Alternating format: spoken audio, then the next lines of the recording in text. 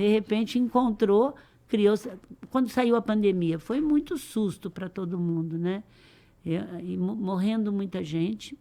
A gente tinha um plano para salvar os funcionários muito fortes. E eu ajudei muito e ganhei muito prêmio hoje, que a gente, Unidos pela Vacina, a gente liderou um movimento, o Grupo Mulheres do Brasil, onde a gente, sem brigar com ninguém, sem buscar culpados, a gente foi as premissas que eu estou te falando, não busca culpado, é daqui para frente, vamos nos unir, reunimos com o IDV, com os varejos,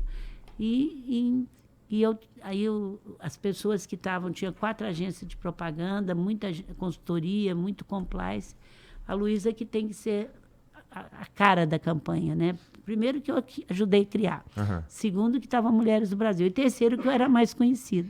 E eu falava, em setembro nós vamos ter... Aí eu aprendi, fui estudar, que o único que poderia comprar vacina é governo federal até você ter 75% da população vacinada. E que era muito justo, senão só os que eram ricos podiam ser vacinados. Então não adiantava, a gente despachava com a secretária, com o ministro da Saúde, uma turma ia para Brasília para despachar, porque era eles que tinham que comprar. E eu falava, em setembro nós vamos ter vacinado, esse Unidos pela Vacina, junto com Unidos, com todos os movimentos, vão vacinar 75% da população. E eu recebia muita ligação. Falava, Luísa, você está ficando louca, você está pondo o seu nome em jogo, nós não temos nem vacina ainda, Mas eu sou muito clara das coisas quando eu pego uma causa. Eu dizia para essas pessoas, eu e mais 4.000 pessoas que estão trabalhando dia e noite aqui, vamos dizer para os nossos bisnetos, vamos deixar na história, que a gente não ficou de braço cruzado numa pandemia, porque é a maior pandemia que o mundo já viveu até hoje. Então, assim, eu falava, se chegar com 50%, já está bom demais.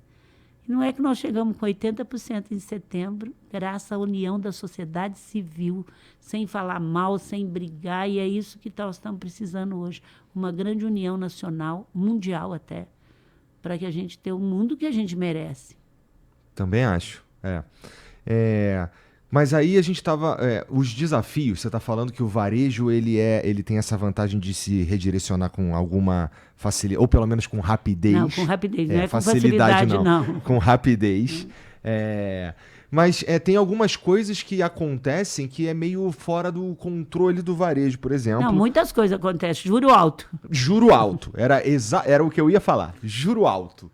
Olha, todo mundo fala do déficit. A gente estuda muito déficit, ninguém está falando do déficit, mas quando eu falo assim em todos os jornais, eu estou falando isso desde o primeiro dia, falei para o primeiro-ministro, falei para o segundo, é o seguinte, eu concordo que você tem que ter um controle de gasto, isso qualquer pessoa tem que ter, mas você também tem um país que tem que gerar emprego. O que vive um país em desenvolvimento? Da renda e do crédito. Nós não temos dinheiro para botar $2.000, como os Estados Unidos pôs, pós-Covid. Não tem. Até que, durante o Covid, foi muito rápido o que o Ministério da Economia fez. E o IDV até ajudou junto, todo mundo se uniu. Ninguém pode falar que durante a pandemia não teve medidas muito legais. Independente do governo, não, teve medidas legais. Mas acabou a pandemia, o Brasil não poderia manter isso tudo. E durante a pandemia, algumas áreas ficou muito prejudicada, que é a área de turismo, tanto é que eu recebo o prêmio de turismo, que eu fiz mais de 300 lives por turismo, porque eu não tenho nada de turismo, mas eu sou muito a favor do turismo para geração de emprego, e tem amiga tia Kaoki, que era do turismo, eu vi o que sofria, tinha muitas pessoas que eram donas de empresa de eventos, e realmente foi muito sofrido. Foi uma das áreas muito afetadas foi o turismo. E o turismo, se você perceber, ele levantou Portugal, ele dá emprego desde a pessoa que não tem cultura, que trabalha para levar as pessoas de táxis ou de qual lugar, para aquela que arruma os hotéis, que são como ele dá para o dono do avião. Então, assim, o turismo é uma área que... E os países em desenvolvimento, eles vivem do emprego. A renda é só um emprego. Então, não tem. Então, agora falando do juro. Eu concordo quando tem falta de produto. Porque aí cada um quer pôr um preço e a inflação tem. O que nós estamos é com uma proposta de inflação de 3% muito baixa, e aí um tem que correr atrás disso, mas não, eu garanto para você que pode ter tido falta de produto na parte de alimento, nem falta, subiu porque não teve chuva ou porque teve chuva, mas eu não tenho falta de produto. Nós temos uma indústria que com o primeiro... Então, assim, tem prejudicado muito, principalmente o pequeno e o médio. Entendo. Porque quando tem aumento de juros, o credit score muda. O credit score, minha gente, é aquele que libera as pessoas para ter o crédito. Todo mundo segura o credit score. E aí falta dinheiro na economia. Então, assim, falta dinheiro para eles pagarem. Então, eu acho que não tem... Continuo falando, vai dar muita polêmica o que eu estou falando aqui, mas eu não vou me omitir.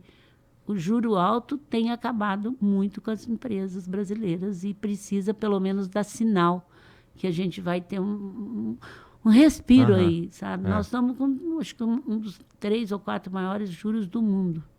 Acho que salvo engano, em 2021 salta de 2% para 9% e agora a gente está beirando os 15%. Então é muito alto. De fato, assim, se eu não me engano, se não for o maior, top 3 maiores. Acho que entre os 5 ou 6, o Marcelo Silva tem essa pesquisa, mas tem no maior. Então, assim, eu acho que nós temos que ter outra forma de medir o déficit público, que não é subir no juro, porque se o varejo é o maior empregador, e os outros falam, está prejudicando o varejo, mas não é o varejo. Se o varejo não vende o que precisa vender, a indústria não fabrica, o transporte não caminha, o emprego não vem. O varejo é a ponta que sofre primeiro e que reage primeiro, como eu te falei, e que faz... Então, o pessoal fala, está prejudicando o varejo. Está prejudicando todo mundo, porque se o varejo não vende, a indústria não vende também. É uma questão de um carretel isso aí. E assusta também, já que a gente está falando disso, o lance esse que o Trump está falando, isso tem algum impacto no varejo, esse dos 50% de taxa e tudo mais? Assim, eu acho que... Eu estou procurando não dar ibope muito para isso. Entendi. Tá certo? Porque eu acho que existe uma especulação grande. O Brasil exporta e importa muito menos para os Estados Unidos do que eles estão falando que a gente está prejudicando. Isso é dados. Não sou eu, não estou falando mal do Trump nem de ninguém. Se você vê, o que nós importamos e exportamos é muito menor do que estão falando aí. Então, como é que tem que ter esse déficit de lá? Agora, entra um jogo político que eu acredito que vão ter que entrar no... Por exemplo, nós levamos laranja para lá. Eles não têm como ter laranja.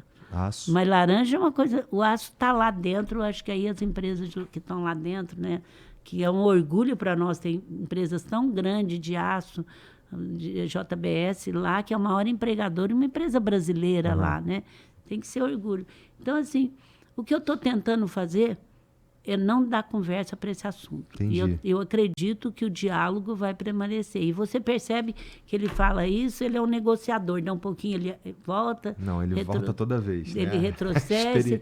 E eu espero que nós vamos ter muito diálogo para não acontecer isso, porque senão também...